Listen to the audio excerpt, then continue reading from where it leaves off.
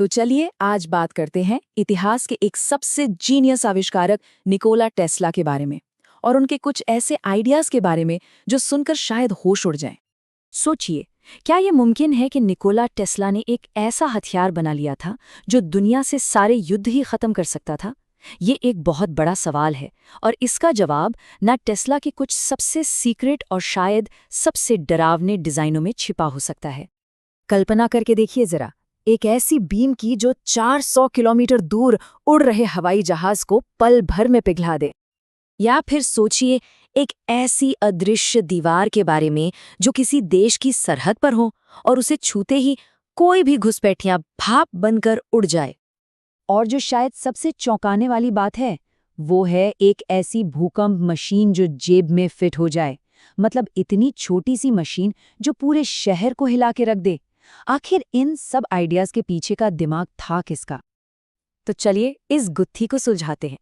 इन खतरनाक आविष्कारों को समझने के लिए ना हमें पहले उस इंसान को समझना होगा जिसने इन्हें सोचा, मतलब निकोला टेस्ला की कहानी की शुरुआत से। टेस्ला की जिंदगी की शुरुआत में ही एक बड़ा टकराव था। उनके पिता चाहते थे कि वो एक पादरी बने, एक धार्मिक जीवन जिएं, लेकिन टेस्ला का दिल और दिमाग वो तो विज्ञान और नई नई चीजें बनाने में लगा था। और फिर उनकी जिंदगी में एक ऐसा मोड़ आया जो किसी फिल्म की कहानी से कम नहीं था। उन्हें हैजा हो गया, एक जानलेवा बीमारी। वो लगभग मौत के मुंह में थे। तब उनके पिता ने एक वादा किया कि अगर वो बच गए तो उन्हें इंजीनियरिंग की पढ़ाई करने देंगे।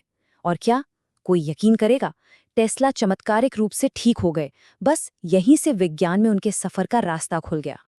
तो अपनी पढ़ाई पूरी करने के बाद टेस्ला पहुंचे अमेरिका और उनके दिमाग में एक ऐसा आइडिया था जो उन्हें उस दौर के सबसे बड़े आविष्कारक थॉमस एडिसन के सामने लाकर खड़ा करने वाला था।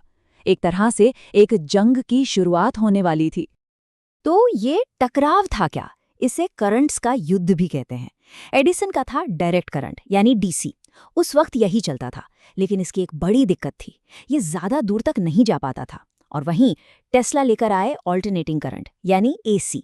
ये एक क्रांतिकारी आइडिया था जिससे बिजली को बहुत दूर दूर तक आसानी से पहुंचाया जा सकता था। पर एडिसन ने टेस्ला के इस आइडिया को बिल्कुल नहीं माना। पर टेस्ला को अपने आइडिया पर पूरा यकीन था।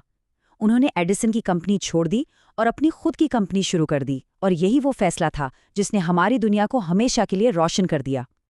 तो एक तरफ तो टेस्ला दुनिया में नाम कमा रहे थे, लेकिन दूसरी तरफ वो अपनी निजी जिंदगी में एक बहुत गहरे दुख से गुजर रहे थे। उनके भाई की मौत ने उन्हें अंदर से तोड़ दिया था। वो अपने भाई की यादों में इस कदर खो गए कि उन्होंने खुद को दुनिया से लगभग अलग कर लिया। और इसी अकेलेपन में उनके दिमाग ने कुछ और भी ज्यादा अजीब और क्रांतिकारी आइडियाज को जन्म दिया। उनका दिमाग वाकई किसी आम इंसान जैसा नहीं था। सोचिए, उनके पास फोटोग्राफिक मेमोरी थी। वो किसी भी चीज को अपने दिमाग में 3D में देख सकते थे।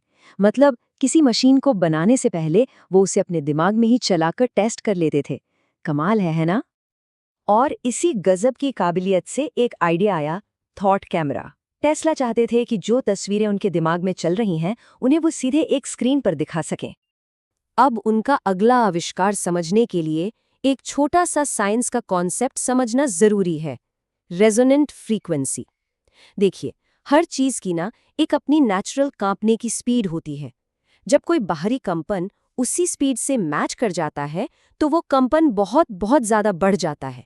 इसका सबसे अच्छा उदाहरण है एक ओपेरा सिंगर जो अपनी आवाज की सही पिच से कांच का ग्लास तोड़ सकता है।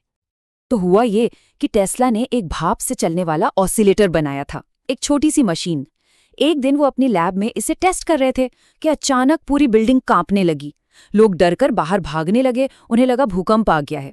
असल में उस छोटी सी मशीन की वाइब्रेशन बिल्डिंग की नेचुरल वाइब्रेशन से मैच हो गई थी। टेस्ला को एहसास हुआ कि उन्होंने गलती से एक भूकंप मशीन बना दी है। टेस्ला ने अपनी जिंदगी में 2 भयानक विश्व युद्ध देखे थे। इस तबाही ने उन पर इतना गहरा असर डाला कि वो एक ऐसा आविष्कार बनाने के जुनून में लग गए जो इतना खौफनाक हो कि उसे देखकर इंसानियत दोबारा युद्ध करने की हिम्मत ही ना करे। 12 करोड़ से ज्यादा इतनी जानी गईं उन युद्धों में जिन्हें टेस्ला ने अपनी आंखों से देखा। और यही दर्द, यही तबाही उनके सबसे खतरनाक डिजाइन्स के पीछे की असली वजह थी। तो उन्होंने दो ऐसे शांति के हथियार सोचे। पहला था आर्टिफिशियल टाइडल वेव, मतलब समुद्र में दूर से धमाके करके 40 मीटर ऊंची सुनामी जैसी लहरें पैदा करना, जो दुश्मन के पूरे जहाजी बेड़े को एक झटके में डुबो दे। और दूसरा, उससे भी ज्यादा खतरनाक था, डेथ रे। ये एक ऐसी पार्टिकल बीम थी जो 400 किलोमीटर दूर से दुश्मन के जहाज़ों और प्लेन्स के इंजन पिघला सकती थी, या फिर किसी देश के चारों तरफ एक ऐसी अदृश्य बिजली की दीवार बना सकती थी जिसके संपर्क में आते ही कोई भी चीज़ भाप बन जाए।